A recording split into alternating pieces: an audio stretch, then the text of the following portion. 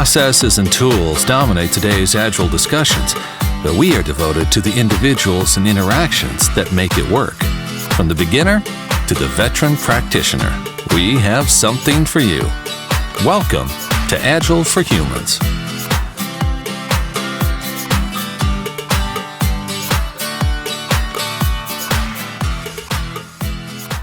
Welcome to this week's episode of Agile for Humans. I'm your host, Ryan Ripley. This is the podcast about bringing forward the individuals and interactions that make Agile work.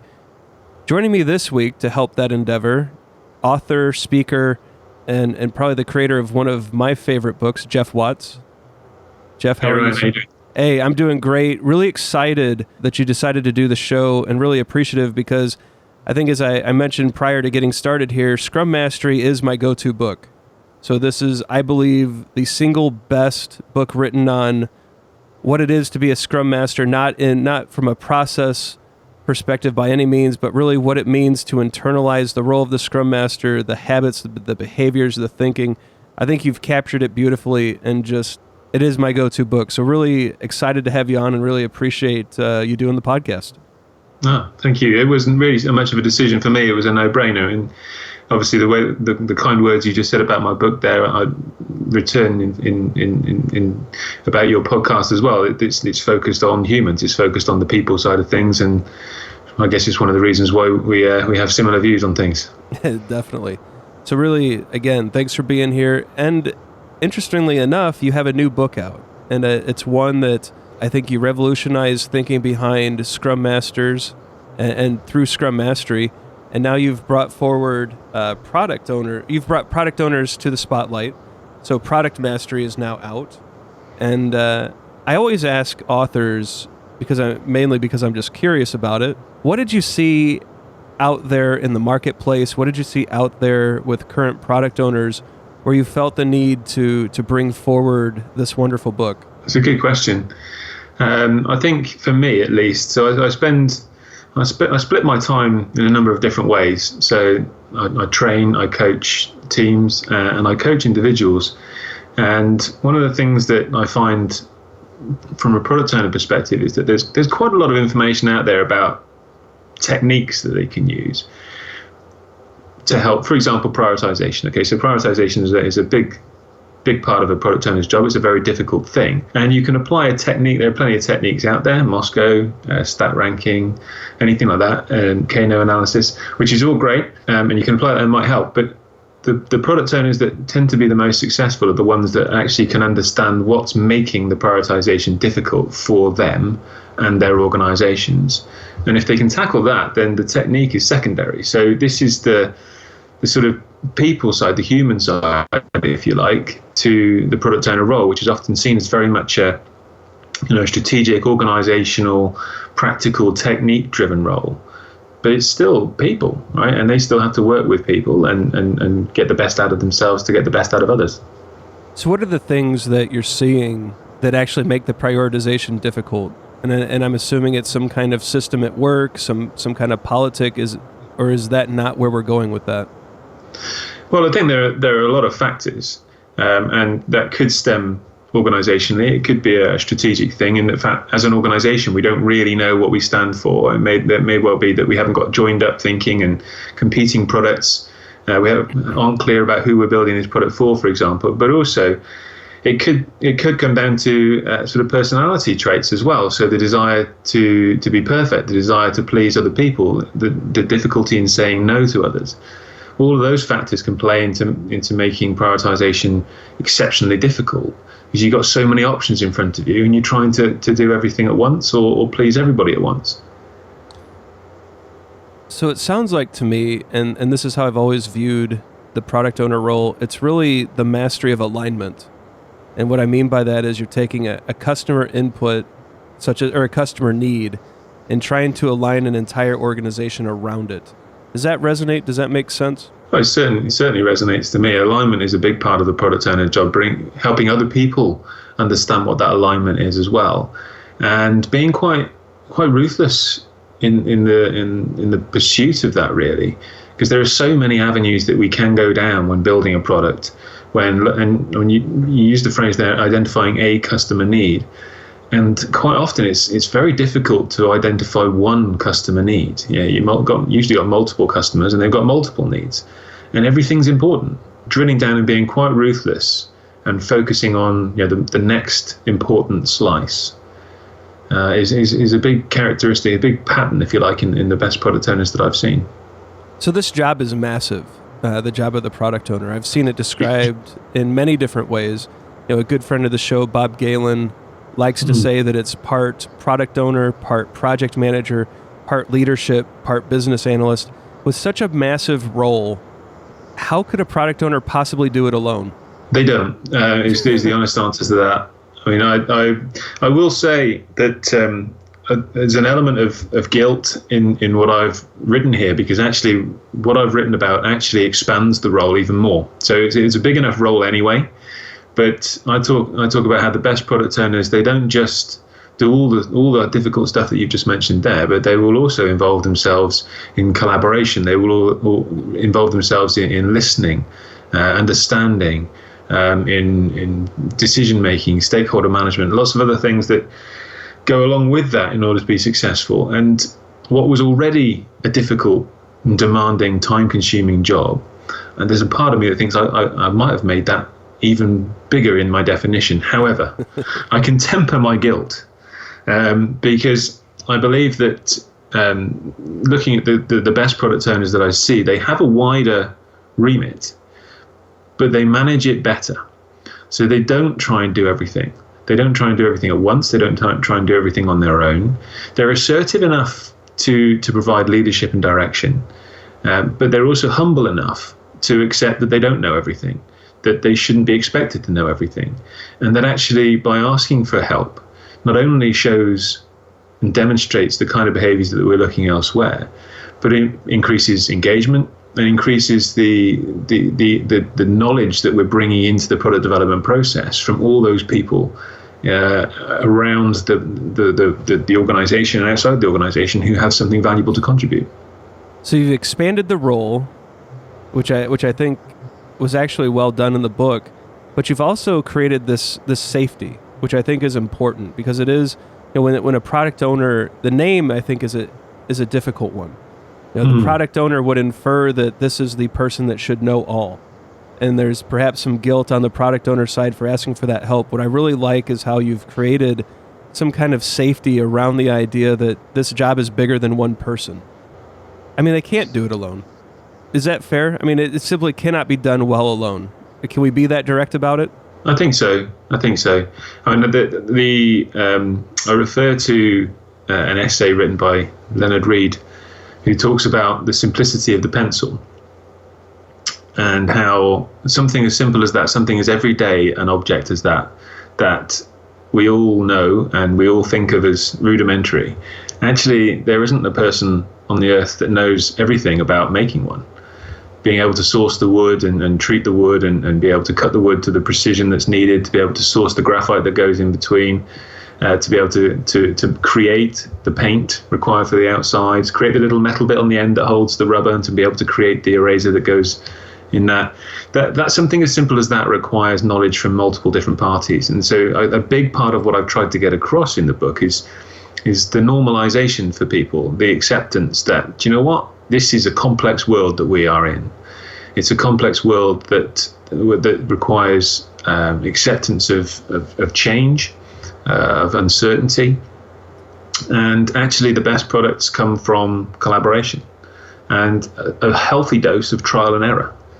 A large portion of the listeners out there are in a Agile coach, Scrum Master, that type of role. And given how large a role the product owner, what they've taken on, how can people in a Scrum Master or an Agile coaching role support the activities of a product owner? What's the best ways that we can help them be as effective as possible and help them keep their sanity? I like that phrase, keep their sanity. For me, I think the biggest thing that I've noticed, I haven't yet found a product owner who is trying deliberately to be an arse. or to sabotage.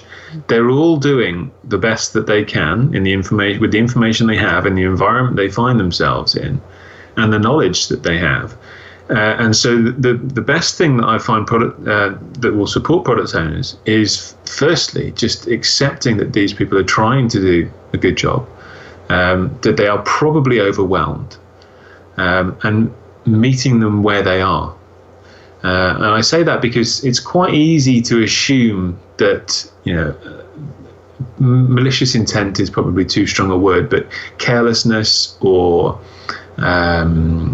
just taking charge and the feeling of pressure, I guess, coming from a product owner when you're in a development team environment or a Scrum Master team environment. Very easy to blame the woes of the product development effort on the product owner. But actually understanding where they're coming from, asking where they might need some support, helping the product owner understand that they're human and this is difficult and no decision can be perfect, will help them free up their time to prioritize it more effectively. All right, we're going to take a quick break. When we come back, Geoff is going to walk us through the DRIVEN acronym and what that means for product owners.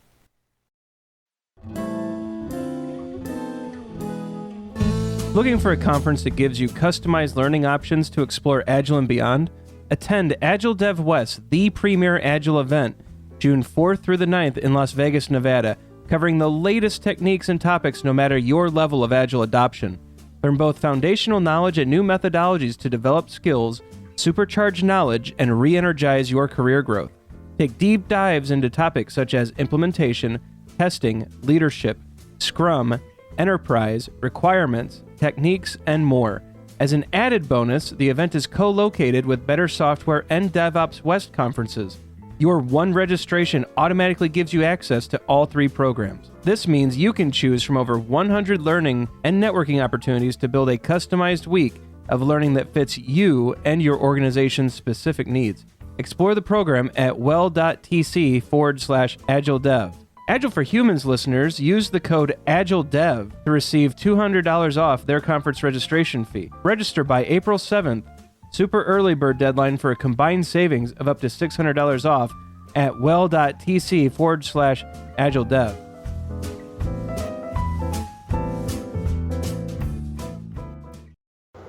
So something that you did in the Scrum Mastery book, which I really liked, was the use of an acronym to reinforce the learnings. And so for Scrum Mastery, it was retrained, which was, I think, important because most Scrum Masters, and including myself, when I read the book, needed to be retrained in the way that I approach the work. In Product Mastery, you use DRIVEN. Can you walk through the DRIVEN acronym? And first of all, DRIVEN is an interesting word to apply to a product owner. So I'm hoping you would shed some light on that. But then walking through each of the pieces, just like, I don't want you to recreate the book in 5 minutes, sure, but walking through the acronym, I think could be useful to people. Okay, thanks. I mean, I was interested in how people respond to the acronym of DRIVEN, but personally, it's something that I see in the best product owners. They do have a passion. They have a passion for the product that they're building and the organization that they're part of. They want it to be successful, and they kind of it's a tough gig.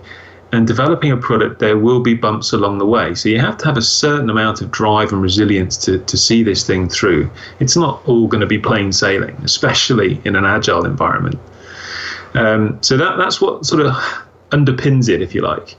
As well as that, being driven to work on your own strengths and your own characteristics. So then each of the letters in DRIVEN represents a different characteristic that obviously I focused a little bit more on in more detail. The first one's decisive.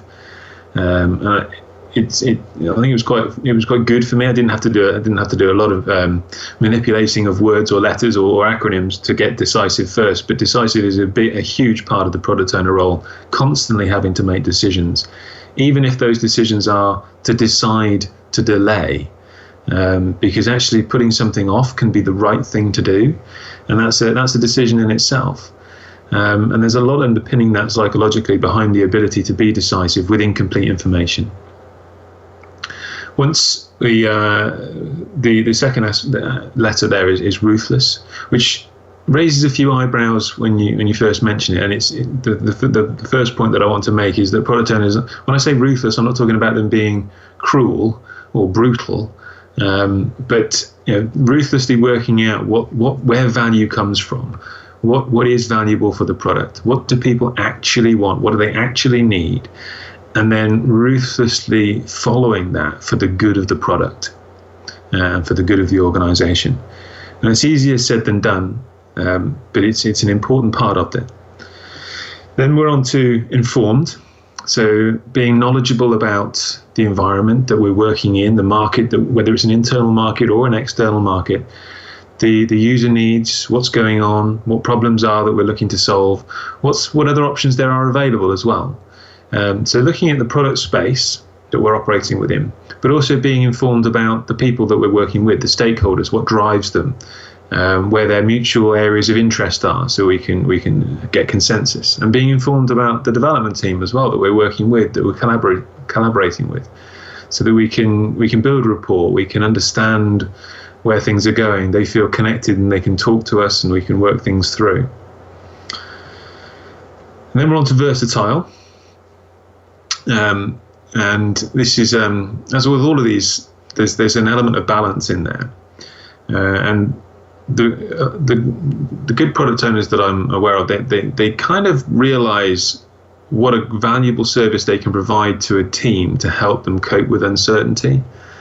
So agile teams, agile products are almost by definition operating in an environment of high uncertainty, high change. And uncertainty and change naturally lead to anxiety within human beings. We sort of crave certainty. And so, an agile environment, we're being quite explicit. We don't know what's going to happen. We don't know what the requirements are. You don't know what feedback you're going to get at the end of the sprint. We don't know if this is actually going to be a successful product or not yet, but we're going to give it a go. And the product owner, by providing some level of predictability in their leadership style, in their behavior, can ease a lot of that anxiety. The team don't have to second guess or worry about how the product owner is going to react or respond to some new piece of information. They can put all their energy into the work, which is great. But equally, things change and circumstances require a different approach. So the best product owners are still able to flex their leadership style to meet the needs of that particular moment in time, whether that's being quite explicit about whether something is right or wrong, or whether it is going to be deployed or isn't going to be deployed, or whether we need to set aside immediate performance goals for investing in the growing the team bonds. But we're on to empowering. We're nearly there. Stay with me. No, this is great. You're doing well. Empowering, which for most people who are familiar with an agile environment, all your listeners will be, won't come as much of a surprise really, because the best product owners, they don't come along and lead through power. Obviously, in a really simplistic Scrum environment, the product owner does have authority. They do have power. And that can be useful when being decisive and being ruthless, but the best product owners, they don't lead through micromanagement or authority. They lead from within, and they empower those around them who have the subject matter expertise, all those stakeholders who have those different perspectives, the development teams who have the product or the technical expertise. They bring them in and they harness that by giving people autonomy to help solve business problems rather than implement solutions. Does this also refer back to the idea of a single product owner making decisions? And maybe I'm not phrasing this right. So empowerment, can that also, when I think back to the Scrum Guide, that there is one person who's making the decisions, that this is one empowered person who can make the call instead of product ownership by committee? I mean, is that also part of your thinking there? Yeah, and I mean that's also a nice little link to the final aspect of negotiable, because the best product owners, they will as part of empowering, they will involve stakeholders and give them the opportunity to have a say and to feel comfortable in putting their opinions forward and argue their case quite passionately for why this item should be higher on the product backlog, or we should go down this particular direction with regards to the design, or whatever it is. So they will negotiate and actually facilitate negotiations amongst the stakeholders, but that doesn't mean that they let go of all their responsibility. They still have the responsibility to make the decision. I had I really wanted to bring in one particular quote, and it was going to be a little bit. It was going to be more prominent in the book than it actually turned out to be, but I still managed to sneak it in there, which was the Atticus Ignonis quote about a camel is a horse designed by committee. The idea that if you try and take everybody's opinions into account, you end up with something that nobody really wants, nobody really loves. And so these things, they play into each other. There's a ruthless streak into that, but equally not using that authority that you do have to either consciously or unconsciously shut out any voices that could add value. Well, and I think back to the Agile Manifesto when I think about these types of theories. When people bring forward, all of these new ideas about product ownership, Scrum Masters, and Ruthless is the one that I really zeroed in on, and I think you're right. That one raises eyebrows, but I think it's essential. And the link I'm probably stretching a bit, but when I think back to the manifesto about simplicity, the art of maximizing the amount of work not done is essential. In order to actually do that, right? So in order to actually have a backlog that is as simple as possible, that is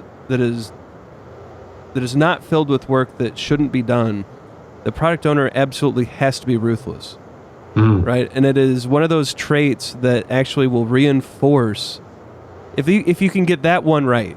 And as I've been going through the book and thinking about, the various traits and where I've seen product ownership kind of fall on its face, it seems like that ruthlessness is the one that helps us actually keep a lot of our values together.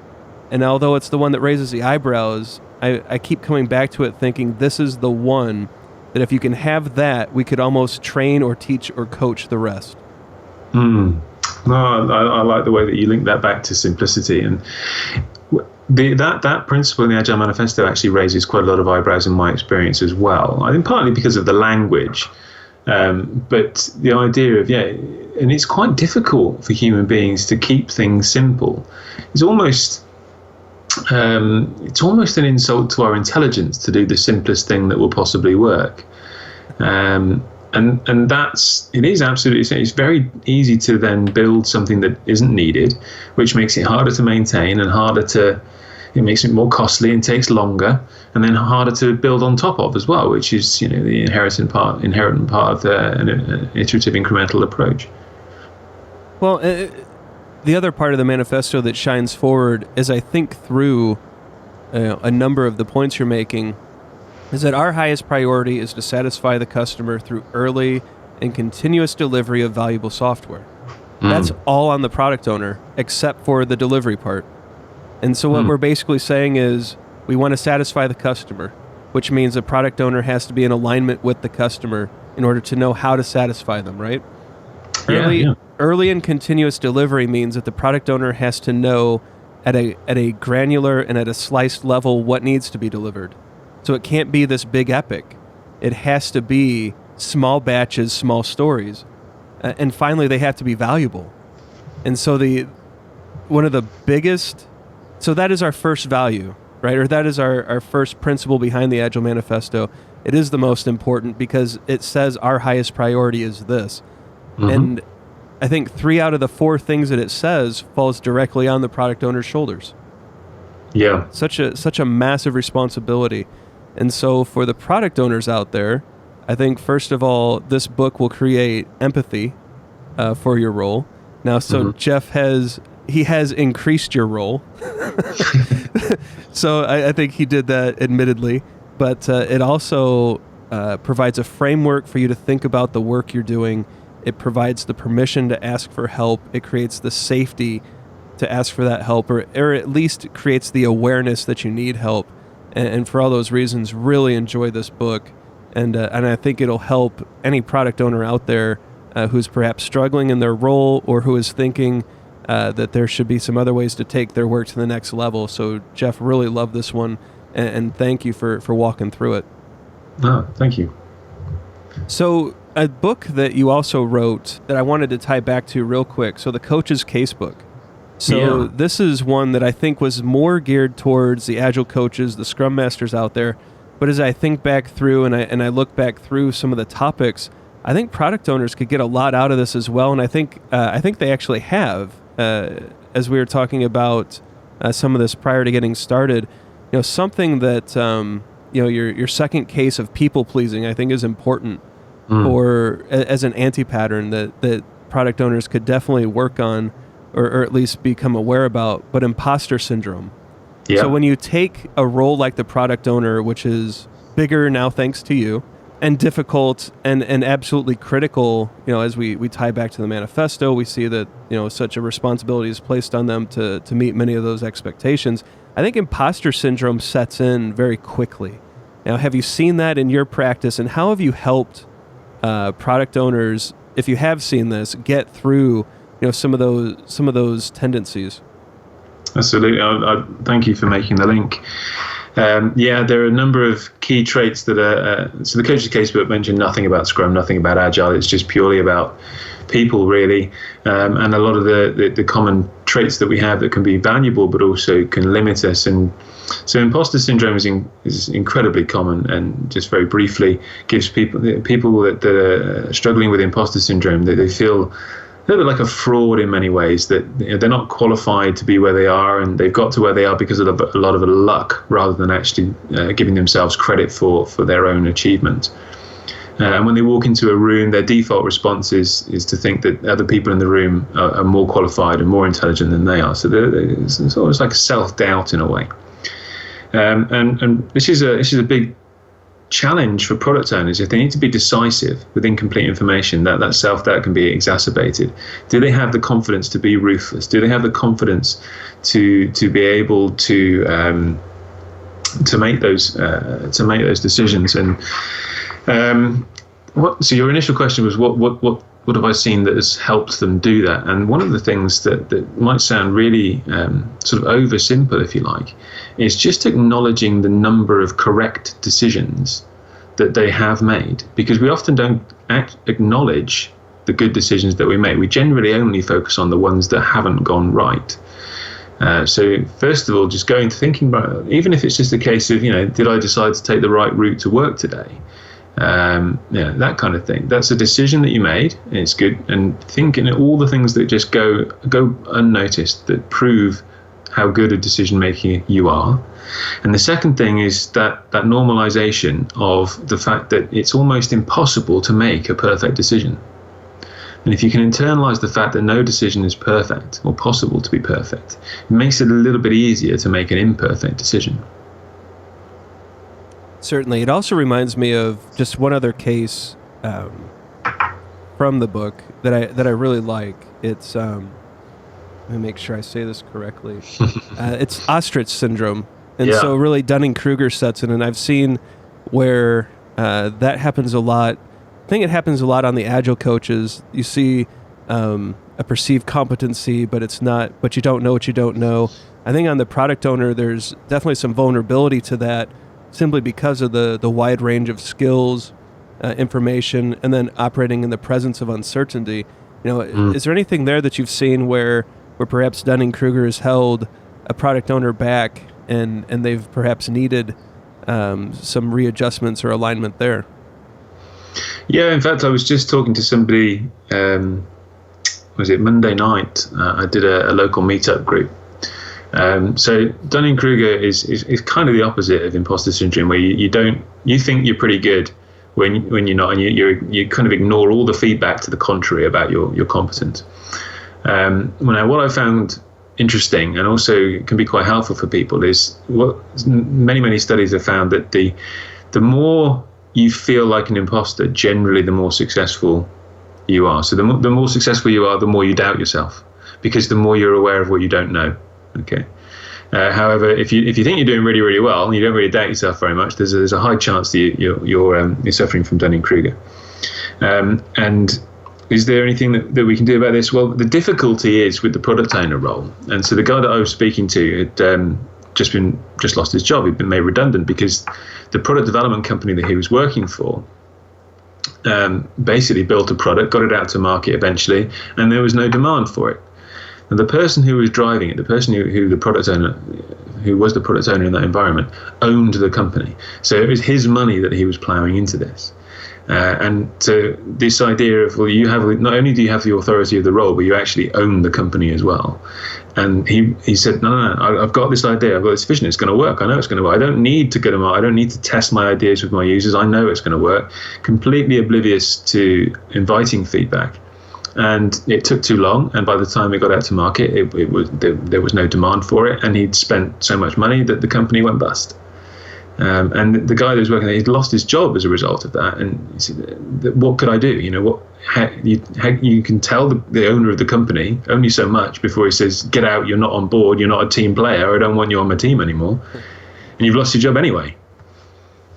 Yeah, certainly. It's just all of these. All right, so let me just say it like this: read the coach's casebook.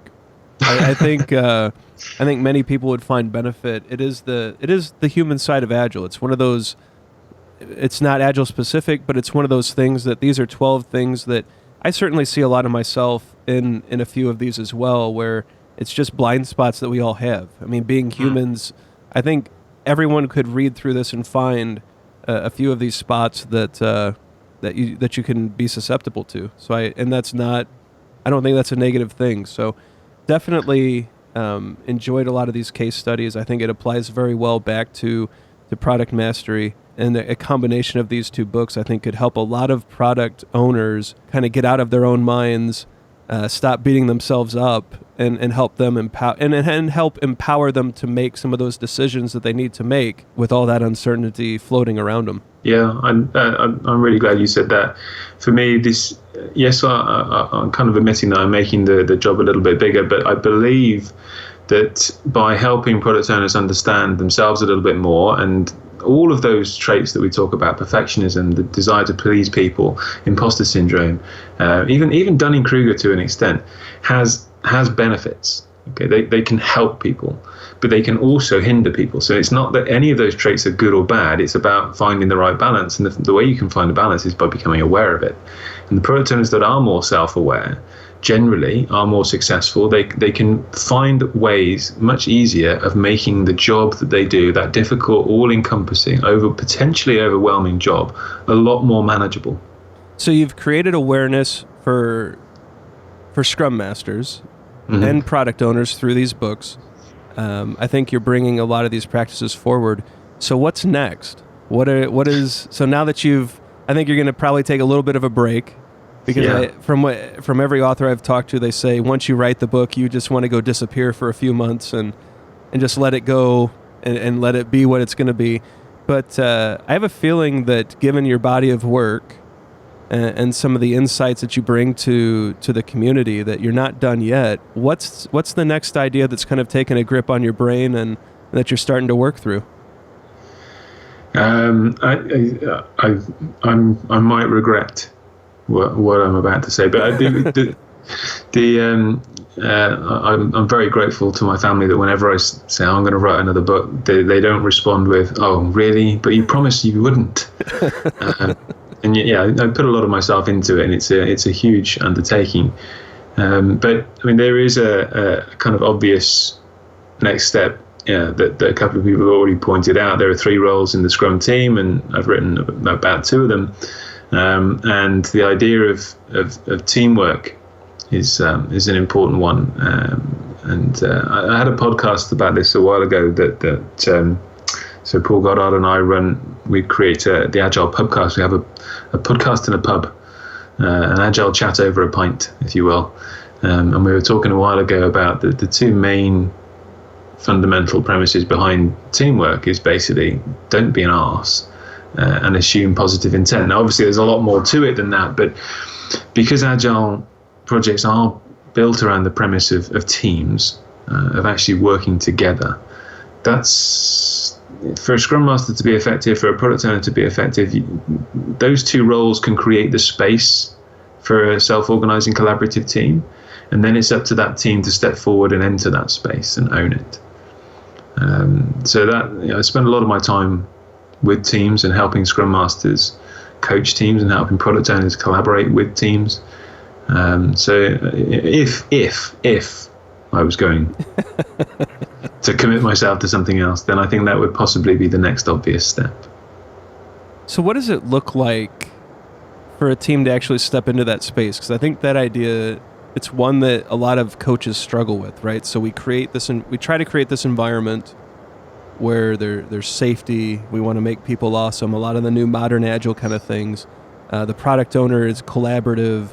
They have empathy for the team. They're doing all of the right things, but then the team doesn't step forward, or perhaps, and I think there's a few reasons there. Perhaps they don't know they need to step forward. I think awareness, which is what I think your books bring to the table, especially.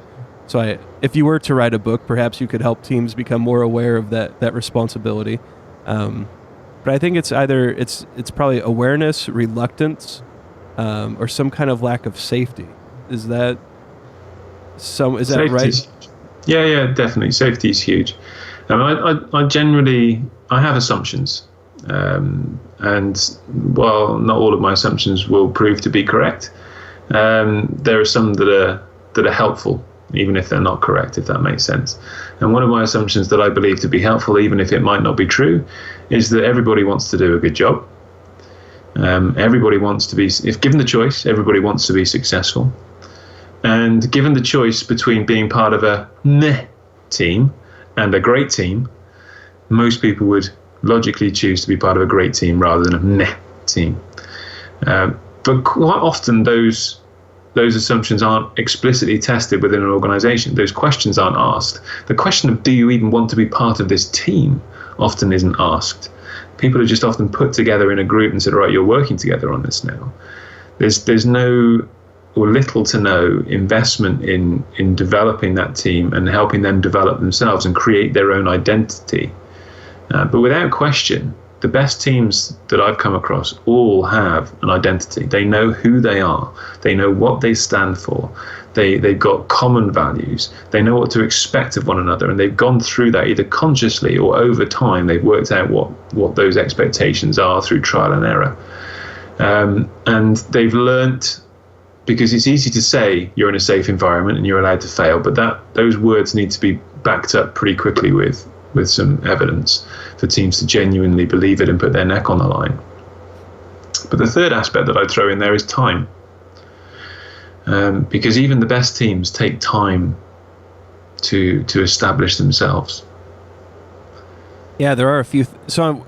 If you're not catching what I'm doing to you, I'm trying to prime the pump for the next book. So let's keep you focused on this stuff. No, it's a huge undertaking, but I hope you end up doing it. But a few things there. The time thing is so critical. What I have found is that companies will bring in coaches for a transformation and expect in 3 to 6 months they're done, and not realizing that, I'm not sure what kind of timelines you've seen, but I've seen 3 to 5 years to really get teams solid and organizations solid and keeping the practices reinforced and stable.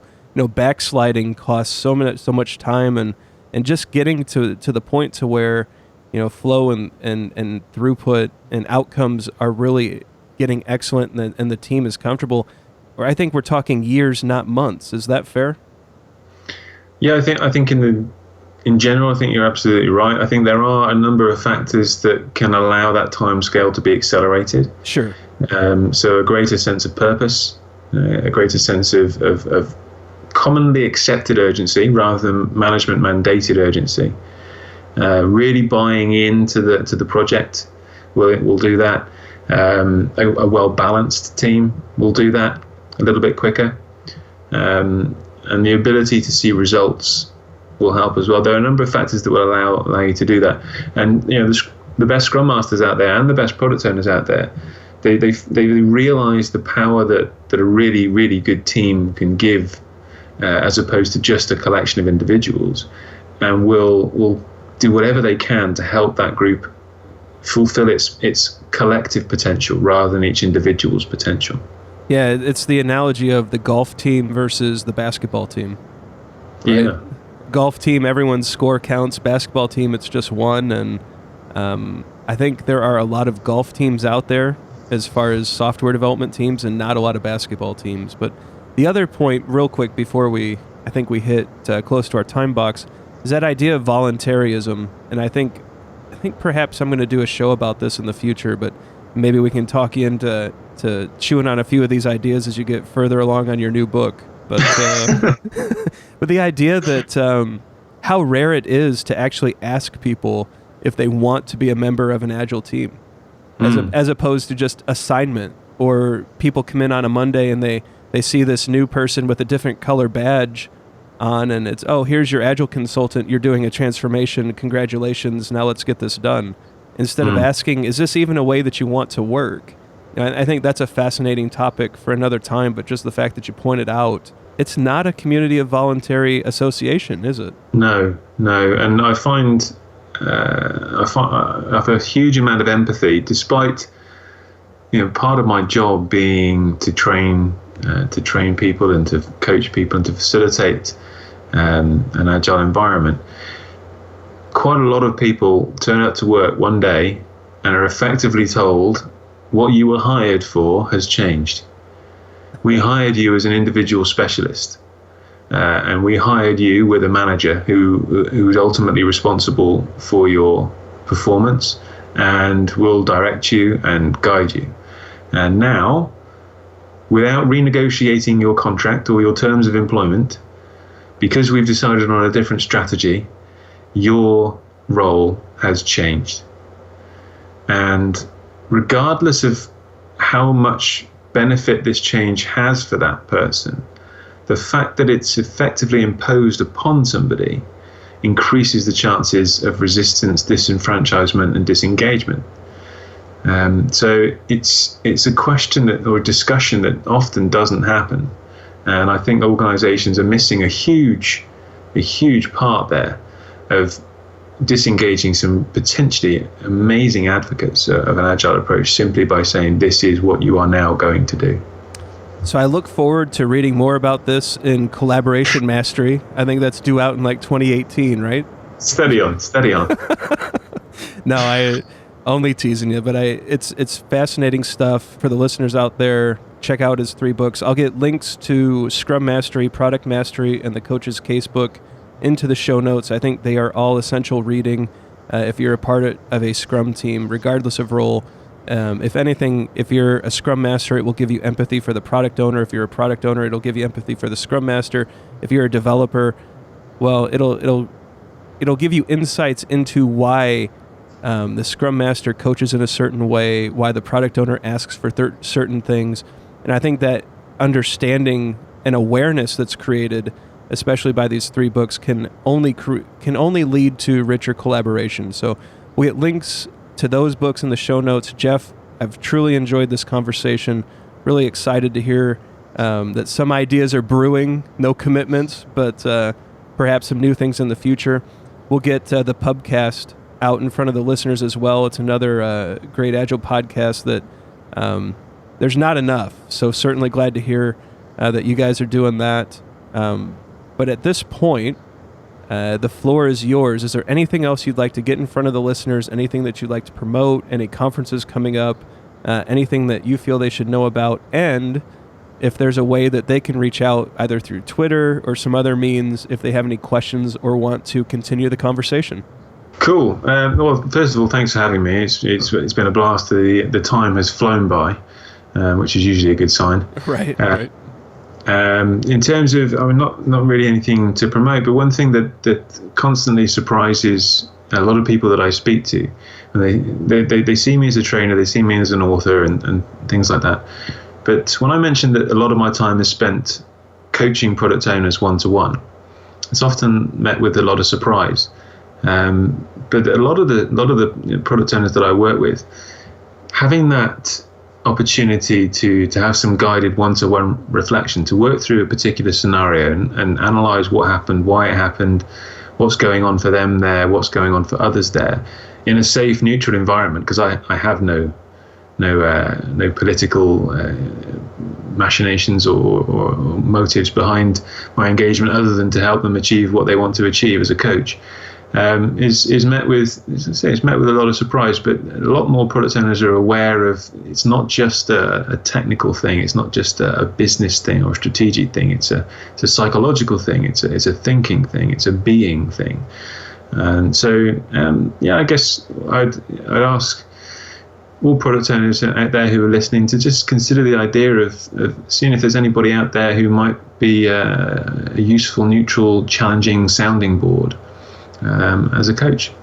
Very good. Well, Geoff, thank you again for being on the show. We'll get links out to all the great resources we've talked about today. And again, just appreciative of all the things you've done to bring awareness to the very difficult roles that we play as we're playing the game of Scrum. And so great stuff there, and just really appreciate it. No, good, and appreciation to you as well. This podcast is a labor of love, and you're doing a great service to the community as well, Ryan. So great, thank you. Thank you for that.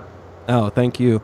And to the listeners, thank you for being here. Definitely have seen another uptick. We've had another record-setting month in downloads and listens, getting a lot of great feedback on Twitter. So to the listener out there, thank you for being here. Thank you for listening.